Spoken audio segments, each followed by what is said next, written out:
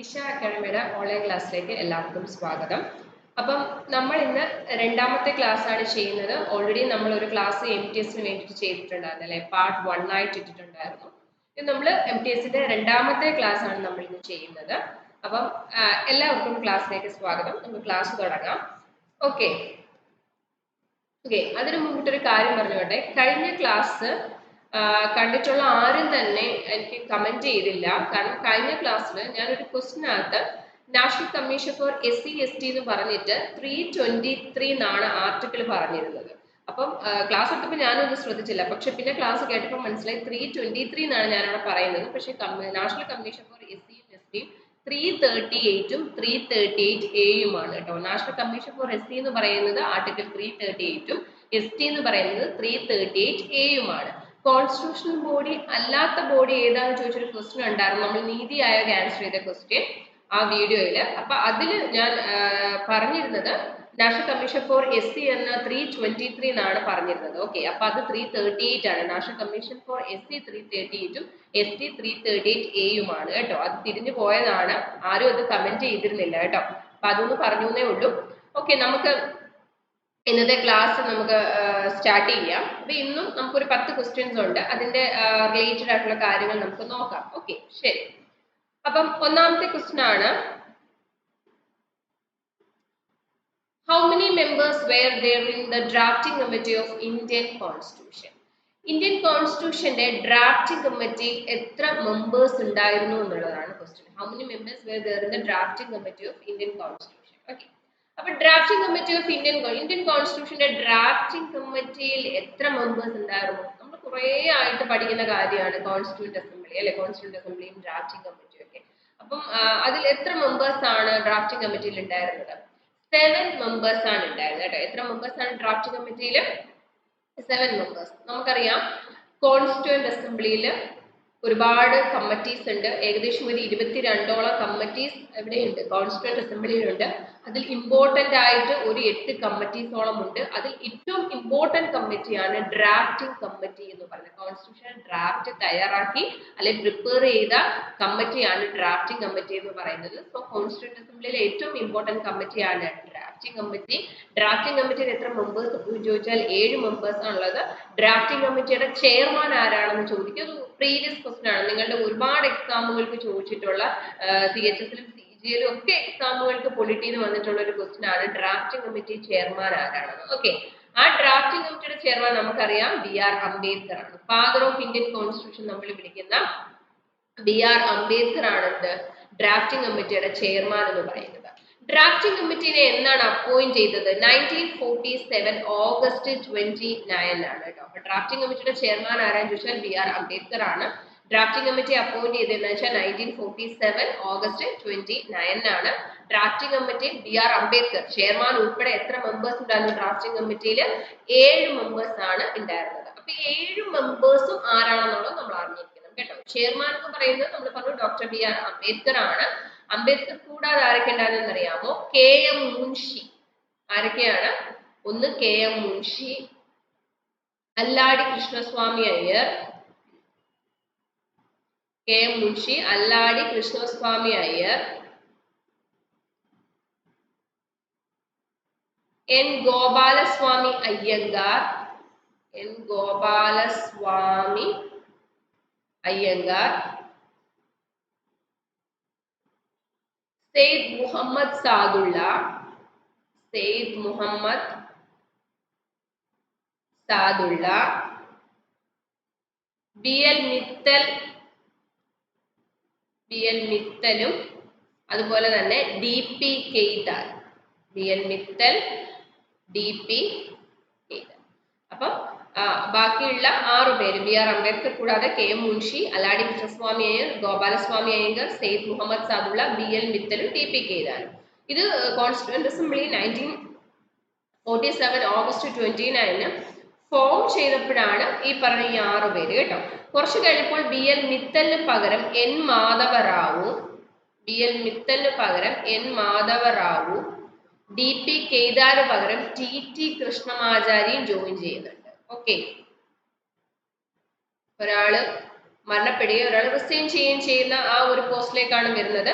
അപ്പൊ ഫോമേഷൻ സമയത്ത് അല്ലെ ഫോം ചെയ്യുമ്പോൾ BL മിത്തലും DP കേദാനുമായിരുന്നു. അതിനുശേഷം BL മിത്തൽ വരം മാധവ് റാവു, M അല്ലേ, 2 M ആണ്, ഓർത്തിരിക്കാം. മിത്തൽ പകരം മാധവ് റാവു, അതുപോലെ DP കേദാന് പകരം TT കൃഷ്ണമാചാരിയാണ് കോൺസ്റ്റിറ്റ്യൂന്റ് അസംബ്ലിയുടെ ഡ്രാഫ്റ്റിംഗ് കമ്മിറ്റിയിൽ ഉണ്ടായിരുന്നത്. അപ്പൊ ടോട്ടൽ എത്ര പേരുണ്ട് എന്ന് ചോദിച്ചാൽ 7 പേരാണ്. ചെയർമാൻ BR അംബേദ്കർ ആണ്.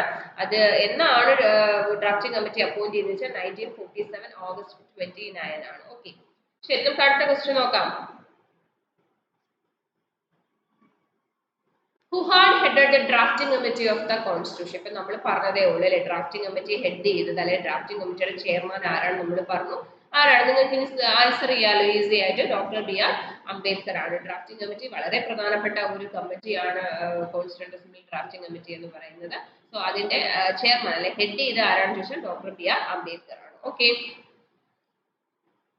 Next question. Who headed the provincial constitution committee?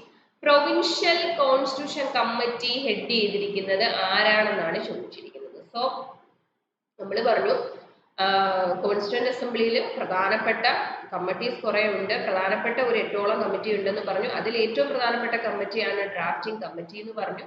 Drafting committee പോലെ തന്നെ മറ്റൊരു കമ്മിറ്റിയാണ് പ്രൊവിൻഷ്യൽ കോൺസ്റ്റിറ്റ്യൂഷൻ കമ്മിറ്റി എന്ന് പറയുന്നത്. അത് ആരാണ് ഹെഡ് ചെയ്തിരിക്കുന്നത്, അല്ലെങ്കിൽ അതിന്റെ ചെയർമാൻ ആരാണെന്നാണ് ചോദിച്ചിരിക്കുന്നത്. സർദാർ വല്ലഭായ് പട്ടേൽ ആണ്. ആരാണ്? സർദാർ വല്ലഭായ് പട്ടേൽ. അപ്പം ഈ കമ്മിറ്റീസിൽ fundamental rights and minority committee എന്ന് പറയുന്ന ഒരു കമ്മിറ്റി ഉണ്ട് കേട്ടോ. Fundamental rights and minority committee. Fundamental rights and minority committee. Fundamental rights and minority കമ്മിറ്റിയുടെ ചെയർമാൻ സർദാർ വല്ലഭായ് പട്ടേൽ ആണ്. പ്രൊവിൻഷ്യൽ കോൺസ്റ്റിറ്റ്യൂഷൻ കമ്മിറ്റിയുടെ ചെയർമാനും സർദാർ വല്ലഭായ് പട്ടേൽ ആണ്. പട്ടേലിനെ നമ്മൾ ആർക്കിടെക്ട് അല്ലെ ഫാദർ ഓഫ് ഫണ്ടമെന്റൽ റൈറ്റ്സ് എന്ന് വിളിക്കുന്നത്. ഫണ്ടമെന്റൽ റൈറ്റ്സിന്റെ പിതാവ് അല്ലെങ്കിൽ ആർക്കിടെക്ട് എന്നൊക്കെ വിളിക്കുന്ന ആരെയാണ്? സർദാർ വല്ലഭായ് പട്ടേലിനെയാണ്. So fundamental rights and minority കമ്മിറ്റിയുടെയും പ്രൊവിൻഷ്യൽ കോൺസ്റ്റിറ്റ്യൂഷൻ കമ്മിറ്റിയുടെയും ഹെഡ് അല്ലെങ്കിൽ ചെയർമാൻ എന്ന് പറയുന്നത് സർദാർ വല്ലഭായ് പട്ടേൽ ആണ്. നിങ്ങൾ മനസ്സിലാക്കേണ്ട ഒരു കാര്യം എന്ന് വെച്ചാൽ ഈ fundamental rights and minority committee എന്ന് പറയുന്നത് ഒരു വലിയ കമ്മിറ്റിയാണ് കേട്ടോ. Fundamental rights and minority committee എന്ന് പറയുന്നത് ഈ കോൺസ്റ്റിറ്റ്യൂന്റ് അസംബ്ലിയിൽ ഒരു വലിയ കമ്മിറ്റിയാണ്. അതുകൊണ്ട് തന്നെ ഇതിന് സബ് കമ്മിറ്റി കൂടി ഉണ്ട് കേട്ടോ. അതുകൂടി മനസ്സിലാക്കി വെച്ചേക്കാം. ഫണ്ടമെന്റൽ റൈറ്റ്സ് സബ് കമ്മിറ്റി ഉണ്ട്. അതിന് sub committee chairman, fundamental rights sub committee chairman ആരാന്ന് ചോദിച്ചാൽ JB കൃപലാനിയാണ്. JB കൃപലാനി. അതുപോലെ മൈനോറിറ്റിക്കും ഒരു സബ് കമ്മിറ്റി ഉണ്ട്. മൈനോറിറ്റിക്ക് എന്തുകൊണ്ട്? സബ് കമ്മിറ്റി ഉണ്ട്. അപ്പൊ ഫണ്ടമെന്റൽ റൈറ്റ് ആൻഡ് മൈനോറിറ്റി കമ്മിറ്റിയും ചോദിച്ചാലും പ്രൊവിൻഷ്യൽ കോൺസ്റ്റിറ്റ്യൂഷൻ കമ്മിറ്റിയുടെ ചെയർമാൻ ആരാന്ന് ചോദിച്ചാലും സർദാർ വല്ലഭായ് പട്ടേൽ ആണ്. പക്ഷേ ഇതിന് സബ് കമ്മിറ്റി ഉണ്ട്. വലിയൊരു കമ്മിറ്റിയാണ്. ഫണ്ടമെന്റൽ റൈറ്റിന് സബ് കമ്മിറ്റി ഉണ്ട്, JB കൃപലാനി. അതുപോലെ മൈനോറിറ്റി സബ് കമ്മിറ്റിയുടെ ആരാന്ന് വെച്ചാൽ HC മുഖർജിയുമാണ്. HC മുഖർജിയാണ്. ഓക്കെ, ഇനി union power committee, power committee, അതുപോലെ തന്നെ യൂണിയൻ കോൺസ്റ്റിറ്റ്യൂഷൻ കമ്മിറ്റി, അതുപോലെ തന്നെ സ്റ്റേറ്റ് പവർ കമ്മിറ്റി. ഇതിന്റെയൊക്കെ ഹെഡ് ആരായിരുന്നു എന്ന് അറിയാമോ? Union power committee, union constitution committee, state power committee. ഇതിന്റെ എല്ലാം ഹെഡ് ചെയർമാൻ എന്ന് പറയുന്നത് ജവഹർലാൽ നെഹ്റു ആയിരുന്നു. നെഹ്റു ആയിരുന്നു യൂണിയൻ പവർ കമ്മിറ്റിയുടെയും യൂണിയൻ കോൺസ്റ്റിറ്റ്യൂഷൻ കമ്മിറ്റിയുടെയും സ്റ്റേറ്റ് പവർ കമ്മിറ്റിയുടെ ഒക്കെ ചെയർമാൻ. ദെൻ മറ്റൊരു കമ്മിറ്റിയായിരുന്നു റൂൾസ് ആൻഡ് പ്രൊസീജിയർ എന്ന് പറയുന്നത്. റൂൾസ് ആൻഡ് പ്രൊസീജിയർ, അതുപോലെ തന്നെ എന്താണ് സ്റ്റിയറിംഗ് കമ്മിറ്റി, അതുപോലെ തന്നെ ഫ്ലാഗ് കമ്മിറ്റി. ഇതിന്റെയൊക്കെ ചെയർമാൻ ആരായിരുന്നു എന്ന് ചോദിച്ചാൽ രാജേന്ദ്ര പ്രസാദ് ആണ് കേട്ടോ. ആരാണ്? രാജേന്ദ്ര പ്രസാദ് ആയിരുന്നു. Rules and procedure committee, steering committee, flag കമ്മിറ്റിയുടെ ഒക്കെ ചെയർമാൻ രാജേന്ദ്ര പ്രസാദ് ആണ്. അതുപോലെ തന്നെ ഹൗസ് കമ്മിറ്റി ഉണ്ടായിരുന്നു കേട്ടോ. ഹൗസ് കമ്മിറ്റിയുടെ ചെയർമാൻ പട്ടാഭി സീതാരാമയ്യാണ്. ഹൗസ് കമ്മിറ്റി ആരാണ്? പട്ടാഭി സീതാരാമയ്യ. അതുപോലെ തന്നെ മറ്റൊരു കമ്മിറ്റിയായിരുന്നു ലാംഗ്വേജ് കമ്മിറ്റി എന്ന് പറയുന്നത്. ലാംഗ്വേജ് കമ്മിറ്റിയുടെ ചെയർമാൻ എന്ന് പറയുന്നത് മോട്ടൂരി സത്യനാരായൺ ആയിരുന്നു. ആരാണ്? മോട്ടൂരി സത്യനാരായൺ. ഓക്കെ, അപ്പൊ നിങ്ങൾ മനസ്സിലാക്കി വെച്ചേക്ക. ഡ്രാഫ്റ്റിംഗ് കമ്മിറ്റി നമുക്കറിയാം BR അംബേദ്കർ ആണ് അതിന്റെ ചെയർമാൻ എന്നറിയാം. 7 മെമ്പേഴ്സ് ഉള്ള ഒരു കമ്മിറ്റി ആയിരുന്നു എന്നൊക്കെ നമുക്കറിയാം അല്ലെ. അതിനൊപ്പം മനസ്സിലാക്കി വെച്ചേക്ക fundamental right and minority committee, provincial constitution കമ്മിറ്റിയുടെയും ചെയർമാൻ സർദാർ വല്ലഭായ് പട്ടേൽ ആണ്. Union power committee, union constitution committee, state power committee ഒക്കെ ജവഹർലാൽ നെഹ്റു ആണ്. Rules and procedure steering committee, flag committee ഒക്കെ രാജേന്ദ്ര പ്രസാദ് ആണ്. ഹൗസ് കമ്മിറ്റി ആരാന്ന് ചോദിച്ചാൽ പട്ടാഭി സീതാരാമയ്യാണ്. ലാംഗ്വേജ് കമ്മിറ്റിയുടെ ആരാന്ന് ചോദിച്ചാൽ മോട്ടൂരി സത്യനാരായണനാണ്. മോട്ടൂരി സത്യനാരായണൻ. ഓക്കെ, ക്ലിയർ ആയല്ലോ. Next question. Which type of citizenship is provided by the Constitution of India? ഇന്ത്യയില് ഇന്ത്യൻ കോൺസ്റ്റിറ്റ്യൂഷനിൽ ഏത് ടൈപ്പ് ഓഫ് സിറ്റിസൺഷിപ്പ് ആണ് പ്രൊവൈഡ് ചെയ്യുന്നതാണ് ചോദിച്ചിരിക്കുന്നത്. ഏത് ടൈപ്പ് ഓഫ് എല്ലാവർക്കും അറിയാവുന്ന ക്വസ്റ്റ്യൻ തന്നെയാണ്. ഏത് ടൈപ്പ് ഓഫ് സിറ്റിസൺഷിപ്പ് ആണ്? സിംഗിൾ സിറ്റിസൺഷിപ്പ് ആണ്. ഏക പൗരത്വമാണ് എന്ത് ഇന്ത്യ പ്രൊവൈഡ് ചെയ്യുന്ന സിറ്റിസൺഷിപ്പ്. ടൈപ്പ് ഓഫ് സിറ്റിസൺഷിപ്പ് ഏതാണ്? സിംഗിൾ സിറ്റിസൺഷിപ്പ് ആണ്. ഓക്കെ ഓക്കെ, സിറ്റിസൺഷിപ്പിനെ പറ്റി പറയുന്ന പാർട്ട് ഏതാണ്? പാർട്ട് സെക്കൻഡിനകത്താണ് എന്ത് പറയുന്നത്? സിറ്റിസൺഷിപ്പിനെ പറ്റിയിട്ട് പറയുന്നത്. പാർട്ട് സെക്കൻഡ് ആണ് കോൺസ്റ്റിറ്റ്യൂഷണൽ സിറ്റിസൺഷിപ്പിനെ പറ്റി പറയുന്ന ആർട്ടിക്കിളുകളോ 5 to 11. 5 to 11 ആണ് എന്തെന്ന് പറയുന്നത് സിറ്റിസൺഷിപ്പിനെ പറ്റി പറയുന്ന ആർട്ടിക്കിളുകൾ. പാർട്ട് സെക്കൻഡ് ആണ്. സിറ്റിസൺഷിപ്പ് എന്ന് പറയുന്ന ഒരു ഐഡിയ നമ്മൾ എവിടെ നിന്ന് ബോറോ ചെയ്തതെന്ന് അറിയാമോ? ബ്രിട്ടനിൽ നിന്നും ബോറോ ചെയ്ത ഐഡിയ ആണ്. എവിടെ നിന്നാണ് ബോറോ ചെയ്തത്? ബ്രിട്ടനിൽ നിന്ന് ബോറോ ചെയ്ത ഒരു ഐഡിയ ആണ് സിറ്റിസൺഷിപ്പ്. പാർട്ട് സെക്കൻഡിൽ പറയുന്നു എന്താണ്? ആർട്ടിക്കിൾ 5 to 11 ഇതിനെ പറ്റി പറയുന്നത്, സിറ്റിസൺഷിപ്പിനെ പറ്റി പറയുന്നത്. ഇനി സിറ്റിസൺഷിപ്പ് ആക്ട് പാസ്സാക്കിയിരിക്കുന്നത് എന്താണെന്ന് ചോദിച്ചാൽ 1955 1955 സിറ്റിസൺഷിപ്പ് ആക്ട് പാസ്സാക്കിയിരിക്കുന്നത്. ഇത് പല വർഷങ്ങളിലായിട്ട് എന്ത് ചെയ്തിട്ടുണ്ടെന്ന് അറിയാമോ? അമെൻഡ് ചെയ്തിട്ടുണ്ട്. പക്ഷെ ആക്ട് പാസ്സാക്കിയിരിക്കുന്നത് എന്താ വെച്ചാൽ 1955. ഓക്കെ, ഇനി ബേസിക്കലി നമ്മൾ പറയുന്ന കാര്യമാണ് സിറ്റിസൺഷിപ്പ് എന്ന് പറയുന്നത് നമുക്ക് 5 രീതിയിൽ എന്ത് ചെയ്യാം? അക്വയർ ചെയ്യാനും സാധിക്കും. അതുപോലെ തന്നെ 3 രീതിയിൽ നമുക്ക് എന്ത് ചെയ്യും? സിറ്റിസൺഷിപ്പ് നമുക്ക് നഷ്ടപ്പെട്ടു പോവുകയും ചെയ്യും. ഇന്ത്യൻ സിറ്റിസൺഷിപ്പ് നമുക്ക് 5 രീതിയിൽ നേടിയെടുക്കാൻ സാധിക്കും. അതുപോലെ തന്നെ 3 രീതിയിൽ എന്ത് ചെയ്യുകയും ചെയ്യും? നമുക്ക് നഷ്ടപ്പെടുകയും ചെയ്യും. അതാണ് അപ്പൊ 5 രീതിയിൽ നമ്മൾ പലപ്പോഴും ക്ലാസ്സുകളിൽ പറഞ്ഞിട്ടുള്ളതാണ്. ജസ്റ്റ് പറയാം. ബൈ ബേർത്ത് ലൂടെ നമുക്ക് സിറ്റിസൺഷിപ്പ് അക്വയർ ചെയ്യാം. അതുപോലെ തന്നെ ഡിസെന്റ് ദെൻ രജിസ്ട്രേഷൻ, അതുപോലെ എന്താണ്? By birth, descent, registration, naturalization and incorporation of territory. Incorporation of territory. By birth, by descent, by registration, naturalization, incorporation of territory. ഇങ്ങനെ 5 രീതിയിൽ എന്ത് ചെയ്യാം? സിറ്റിസൺഷിപ്പ് അക്വയർ ചെയ്യാം. 3 രീതിയിൽ നഷ്ടപ്പെടും. അത് ഏതൊക്കെയാണെന്ന് ചോദിച്ചാൽ renunciation, termination and deprivation.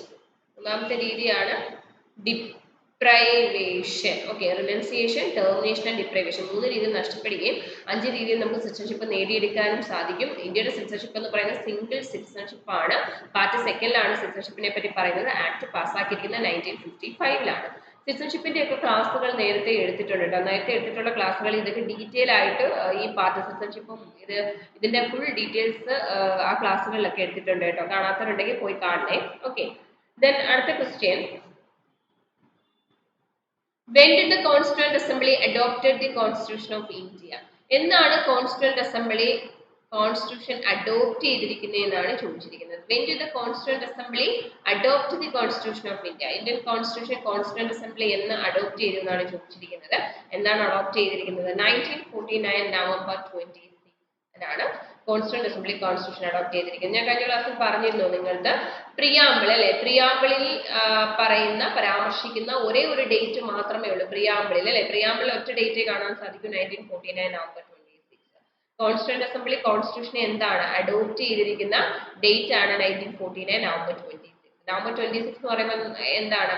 Law day അല്ലെ, നാഷണൽ ലോ ഡേ അല്ലെ, നാഷണൽ കോൺസ്റ്റിറ്റ്യൂഷൻ ഡേ എന്ന് പറയുന്നത് November 26 ആണ്. ലോ ഡേയും കോൺസ്റ്റിറ്റ്യൂഷൻ ഡേ എന്ന് പറയുന്നത് ഭരണഘടനാ ദിനം അല്ലെങ്കിൽ നിയമദിനം എന്ന് പറയുന്നത് November 26 ആണ്.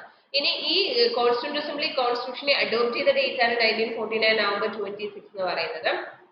കോൺസ്റ്റിറ്റ്യൂഷൻ സൈൻ ചെയ്തത് 1950 January 24 കോൺസ്റ്റിറ്റ്യൂഷൻ നിലവിൽ വരുന്നത് 1950 January 26.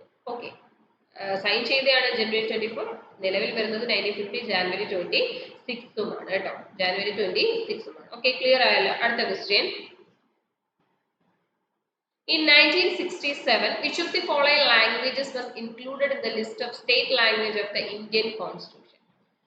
ഇന്ത്യൻ കോൺസ്റ്റിറ്റ്യൂഷന്റെ സ്റ്റേറ്റ് ലാംഗ്വേജിന്റെ ലിസ്റ്റിലോട്ട് 1967 താഴെ പറയുന്ന ഏത് ലാംഗ്വേജ് ആണ് ഇൻക്ലൂഡ് ചെയ്തേക്കുന്നത് എന്നാണ് ചോദിച്ചിരിക്കുന്നത്. ഏത് ലാംഗ്വേജ് ആണ്? 1967 which of the following languages was included in the list of state language of Indian കോൺസ്റ്റിറ്റ്യൂഷന്റെ സ്റ്റേറ്റ് ലാംഗ്വേജിൽ ഈ താഴെ പറഞ്ഞിരിക്കുന്ന ഏത് ലാംഗ്വേജ് ആണ് ഇൻക്ലൂഡ് ചെയ്തിരിക്കുന്നത് ചോദിച്ചാൽ സിന്ധി ലാംഗ്വേജ് ആണ്. ഏതാണ് ലാംഗ്വേജ്?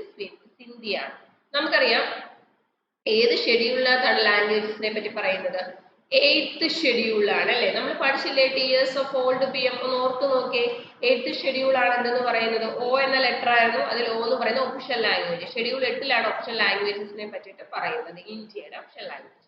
അപ്പൊ കോൺസ്റ്റിറ്റ്യൂഷൻ നിലവിൽ വരുമ്പോൾ നമുക്ക് 14 ഒഫീഷ്യൽ ലാംഗ്വേജസ് ആയിരുന്നു ഉണ്ടായിരുന്നത്. പക്ഷെ ഇപ്പോൾ എത്രണ്ണം ഉണ്ട്? 22 ഒഫീഷ്യൽ ലാംഗ്വേജസ് ആണ് കേട്ടോ. ഈ ലാംഗ്വേജസിനെ പറ്റി അല്ലെങ്കിൽ 8th ഷെഡ്യൂളിലുള്ള ലാംഗ്വേജസിനെ പറ്റി പറയുന്ന ആർട്ടിക്കിളുകൾ 1 344 സബ്സെക്ഷൻ 1 പറയുന്നുണ്ട്, 351 പറയുന്നുണ്ട് കേട്ടോ. 344 സബ്സെക്ഷൻ 1 351 ഈ 8th ഷെഡ്യൂളിലുള്ള ലാംഗ്വേജസിനെ പറ്റിയിട്ട് പരാമർശിക്കുന്നുണ്ട്, പറയുന്നുണ്ട്. കോൺസ്റ്റിറ്റ്യൂഷൻ നിലവിൽ വരുമ്പോൾ 14 ഓപ്ഷൻ ലാംഗ്വേജസ് ഉണ്ടായിരുന്നുള്ളൂ. ഇപ്പോൾ എത്ര ഓപ്ഷൻ ലാംഗ്വേജസ് ഉണ്ട്? 22 ഉണ്ട്. 1967 ലാംഗ്വേജ് ആയിട്ട് ആഡ് ചെയ്തത് ഏതാണെന്ന് ചോദിച്ചാൽ സിന്ധിയാണ്. താഴെ പറയുന്നത് ഏതാണെന്ന് വെച്ചാൽ സിന്ധിയാണ്. Okay, next question. Who is considered as the father of Indian Constitution? വളരെ സിമ്പിൾ ആയിട്ടുള്ള ക്വസ്റ്റ്യൻ ആണ്, നമുക്ക് അറിയാവുന്ന ക്വസ്റ്റ്യൻ ആണ്. ഫാദർ ഓഫ് ഇന്ത്യൻ കോൺസ്റ്റിറ്റ്യൂഷൻ ആരാണെന്ന് ചോദിച്ചാൽ ഡോക്ടർ ബി ആർ അംബേദ്കർ ആണ് അല്ലെ? ബി ആർ അംബേദ്കർ ആണ്. അതിന്റെ പ്രധാനപ്പെട്ട കാര്യം എന്ന് വെച്ചാൽ ഡ്രാഫ്റ്റിംഗ് കമ്മിറ്റി അല്ലെ? ഒരു കോൺസ്റ്റിറ്റ്യൂഷൻ നമ്മൾ ഈ കാണുന്ന ഭരണഘടനയായി തീർന്നതിന്റെ ഒരു മുഖ്യ റോൾ എന്ന് പറയുന്ന ഡ്രാഫ്റ്റിംഗ് കമ്മിറ്റിക്കാണുള്ളത്. അപ്പം അത് ഡ്രാഫ്റ്റിംഗ് കമ്മിറ്റിയിലൂടെ ഒരു കോൺസ്റ്റിറ്റ്യൂഷനെ എഴുതി തയ്യാറാക്കി അല്ലെങ്കിൽ അതിന്റെ ഫൈനൽ ഡ്രാഫ്റ്റ് സബ്മിറ്റ് ചെയ്ത് അതൊരു കോൺസ്റ്റിറ്റ്യൂഷൻ ആക്കി മാറ്റേണ്ട ഒരു ഇമ്പോർട്ടന്റ് റോൾ എന്ന് പറയുന്നത് ഡ്രാഫ്റ്റിംഗ് കമ്മിറ്റിക്കാണ്, പ്രത്യേകിച്ച് ബി ആർ അംബേദ്കറിനാണ്. സോ അതുകൊണ്ടാണ് അദ്ദേഹത്തിനെ എന്ത് വിളിക്കുന്നത്? ഫാദർ ഓഫ് ഇന്ത്യൻ കോൺസ്റ്റിറ്റ്യൂഷൻ എന്ന് വിളിക്കുന്നത്. അപ്പൊ ഫാദർ ഓഫ് ഇന്ത്യൻ കോൺസ്റ്റിറ്റ്യൂഷൻ ആരാന്ന് ചോദിച്ചാൽ ഡോക്ടർ ബി ആർ അംബേദ്കർ ആണ്. ഓക്കെ, അടുത്ത question. Who among the following was not a part of the constituent assembly responsible to draft the constitution? അപ്പൊ ഈ കോൺസ്റ്റിറ്റ്യൂന്റ് അസംബ്ലി, അപ്പൊ ഈ ഒരു ക്വസ്റ്റ്യൻ കാണുമ്പോൾ തന്നെ നമുക്ക് അതിന്റെ ആൻസർ ചെയ്യാൻ സാധിക്കും. കാരണം ഓപ്ഷൻ കണ്ടില്ലേ നിങ്ങൾ? Mahatma Gandhi, Patel, Nehru, B R Ambedkar. ഈ ക്വസ്റ്റ്യന്റെ ഓപ്ഷൻ കാണുമ്പോൾ നിങ്ങൾ ആൻസർ ചെയ്യത്തില്ലേ മഹാത്മാഗാന്ധിയാണ്? കാരണം കോൺസ്റ്റിറ്റ്യൂന്റ് അസംബ്ലിയും കോൺസ്റ്റിറ്റ്യൂഷന്റെ ഡ്രാഫ്റ്റും ഒക്കെ ആയിട്ട് യാതൊരു ബന്ധവുമില്ലാത്ത ആളാണ് മഹാത്മാഗാന്ധി. കാരണം ബാക്കിയുള്ളവരെല്ലാം എന്താണ്? കോൺസ്റ്റിറ്റ്യൂന്റ് അസംബ്ലിയിലുള്ള ആൾക്കാരാണ്, കോൺസ്റ്റിറ്റ്യൂഷന്റെ പല പല കമ്മിറ്റീസിലുള്ള ആൾക്കാരാണ്. സോ മഹാത്മാഗാന്ധി മാത്രമേ ഉള്ളൂ എന്ത് അതിന്റെ അകത്ത് ഇല്ലാത്ത ഒരു വ്യക്തി എന്ന് പറയുന്നത്. സോ അത് സിമ്പിൾ ആയിട്ട് നമുക്ക് ആൻസർ ചെയ്യാം Mahatma Gandhi. Okay, next question. In 1946, who among the following was made the interim president of the Indian Constituent Assembly? എനിക്ക് തോന്നുന്നു കഴിഞ്ഞ ക്ലാസ്സിൽ അത് എല്ലാം ഡീറ്റെയിൽ ആയിട്ട് നമ്മൾ പറഞ്ഞതാണ് അല്ലേ? Interim president of Indian constituent assembly, interim president അല്ലെങ്കിൽ ടെമ്പററി പ്രസിഡന്റ് ആരാണെന്നാണ് ചോദിക്കുന്നത്. പക്ഷെ താൽക്കാലിക അധ്യക്ഷൻ ആരായിരുന്നു എന്നാണ് ചോദിക്കുന്നത് കേട്ടോ. അപ്പൊ 1946 നമുക്കറിയാം കോൺസ്റ്റിറ്റ്യൂന്റ് അസംബ്ലി ഫോം ചെയ്യുന്നു. 1946 ഡിസംബർ 6 ഫോം ചെയ്യുന്നത്.